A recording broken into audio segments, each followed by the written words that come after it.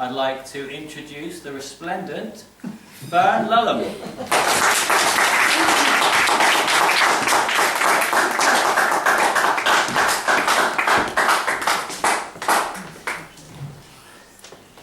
As always, I was overdressed. Unusually, I was halfway up a rock wall in North Carolina, USA.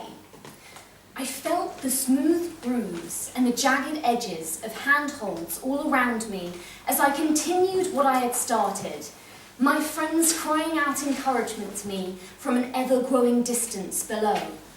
"Keep going, Fern! You're almost there!" I might be almost there, but I smiled as I wondered to myself how I had ever wound up here in the first place, in a colourful flowery playsuit and shiny black high heels.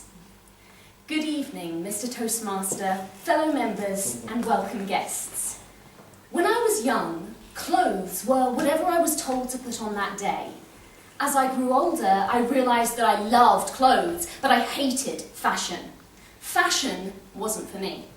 I was the polar opposite of fashion. I stood out. I was individual. I was one of a kind. It was endearing and intriguing in equal measure.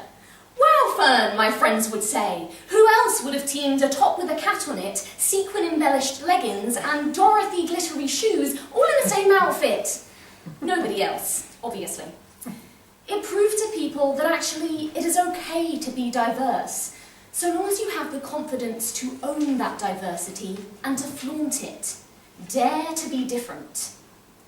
I had never been one to go along with the crowd anyway. While others clustered into cliques when it came to further education, I made the distinct decision to think outside of the box. Consequently, my degree found me studying in the centre of Cardiff. I knew absolutely nobody. It was terrifying and thrilling. I threw myself in at the deep end and found that I really could swim. And once I was in, the water was lovely. That isn't to say that I didn't feel like I was drowning at times, but in the words of Dory from Finding Nemo, this all taught me to just keep swimming. Maybe that was why, when I heard about the opportunity to go on an international exchange trip to North Carolina, it ignited a new kind of excitement in me. Now, you should know at this point that I'm a fairly stubborn thrill seeker. Once my passion flares up, it is impossible to see reason through the thick smoke engulfing everything in intoxicating opportunity. In other words, I'm the person who insists on riding the roller coaster until she gets on it and wonders what the hell she was thinking of. So, in true Fern spirit, the reality didn't hit home until I was thousands of miles from home and my parents were leaving me in a small dormitory room at Western Carolina University. I mean, seriously, what the hell was I thinking of? The trip was supposed to last 1 year, but I loved it there so much that I ended up staying 2.5 more years at the university. I became station manager at the local FM radio station, and I was often stopped in the street and told in delighted southern tones, "Why, you're the British girl on the radio!" Which, of course, I already knew. One British girl on a huge American campus. Be the one people won't forget. Still, there was one difference which I had never considered much before, one part of my life which had always been there but I had never wanted to acknowledge.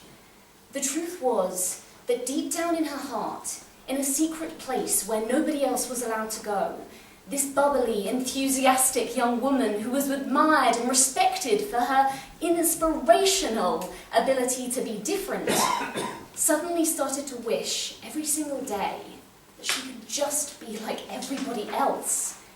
It's that part of your life where catch-ups with friends leave you feeling more and more aware of how far you are falling behind.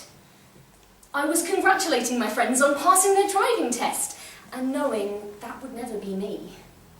I was listening to them twitter happily on about their latest relationships and wondering if I would be left alone forever. I was smiling to their faces, but behind closed doors, my heart was breaking. I had never let the practicalities of being partially sighted stop me doing anything. It turned out I had been blind to how easily the emotional implications could leave me completely paralysed if I let them.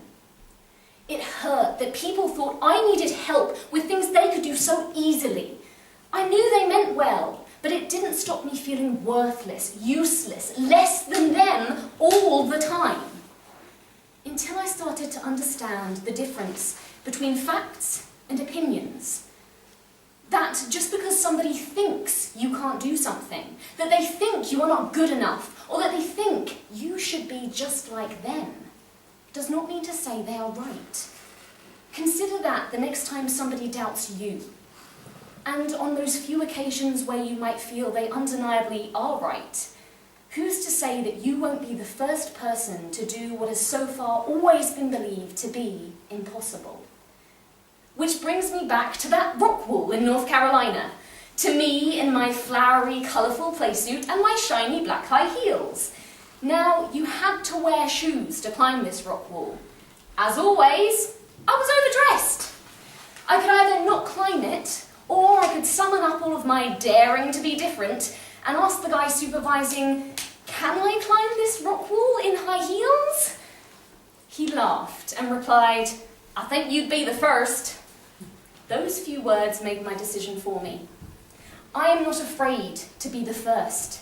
I am proud to be different, and I am always unforgettable. Why? Because I have found that if you can be like that, no matter how ridiculous your question, the answer will always be yes. Thank you.